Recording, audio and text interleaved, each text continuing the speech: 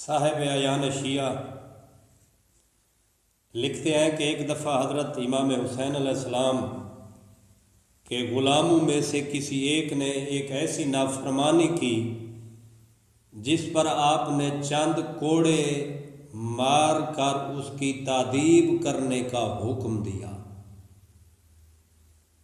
صاحب کتاب لکھتے ہیں یہ غلام بڑا تیز تھا، بڑا چست چلاک تھا۔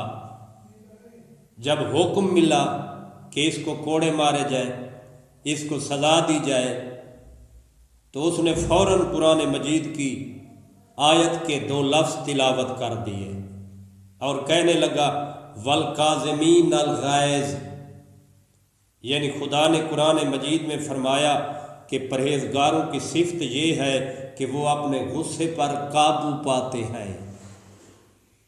مولا نے جب قرآن کی آیت کے یہ 2 لفظ سنے تو مولا نے حکم دیا اسے چھوڑ دیا جائے۔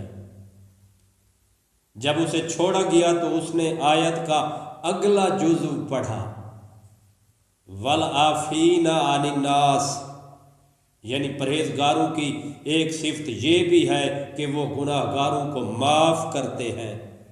یہ سن کر امام علیہ السلام نے فرمایا جاؤ میں نے تجھے معاف کر دیا ہے۔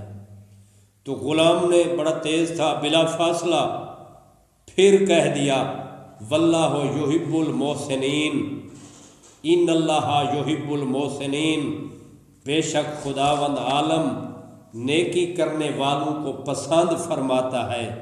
یہ سن کر امام علیہ السلام نے فرمایا جاؤ میں نے تمہیں آزاد کیا اور جو کچھ تمہیں دیا تھا اس جتنا اور بھی تجھے ملے گا۔ اسی طرح سے حضرت امام حسین علیہ السلام نے کمال بردباری اور احترام کے ساتھ سورہ آل عمران کی آیت نمبر 134 کے جملوں کے مطابق ایک ایک کر کے اپنے غلام کے ساتھ سلوک کیا۔ سبحان اللہ، یہ تھی عظمت میرے مولا کی۔